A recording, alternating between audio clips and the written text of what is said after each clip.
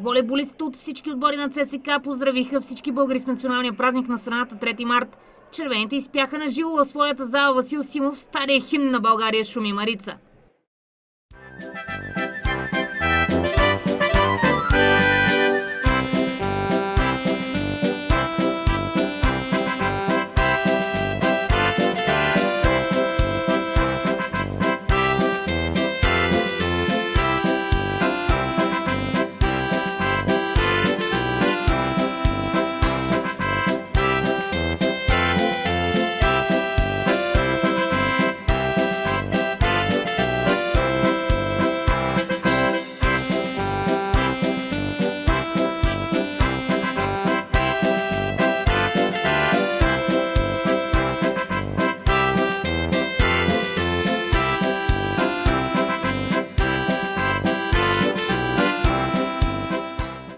Волейболен клуб ЦСКА поздравява всички свои приятели в националния празник на България 3 март.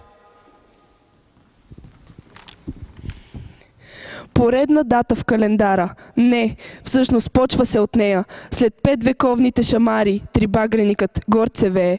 И въпреки, че по Балкана кръвта геройска още лепне, боли от зейналата рана, безчинства и сълзи отекват. Родино моя, след кланета и гаврата им с твоята чест, ти пазиш място под небето и отстояваш го до днес. Снагата си с безброй могили, ти падналите ти покри, ала намираш още сили, глава пред ножа не склони.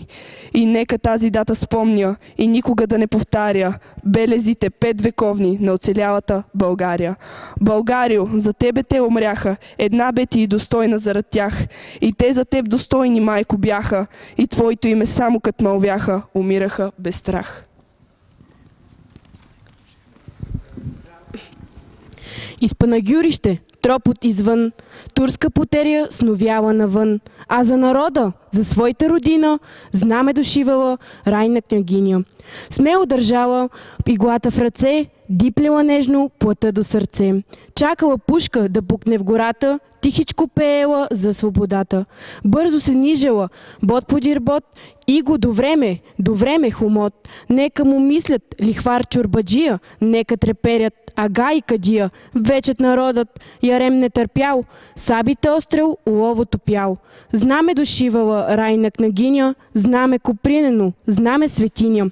Пукнали пушки в хайдушки гори, скокнала радостно райна взори. Дружно синяците песен запяла, скъпото знаме високо развяла.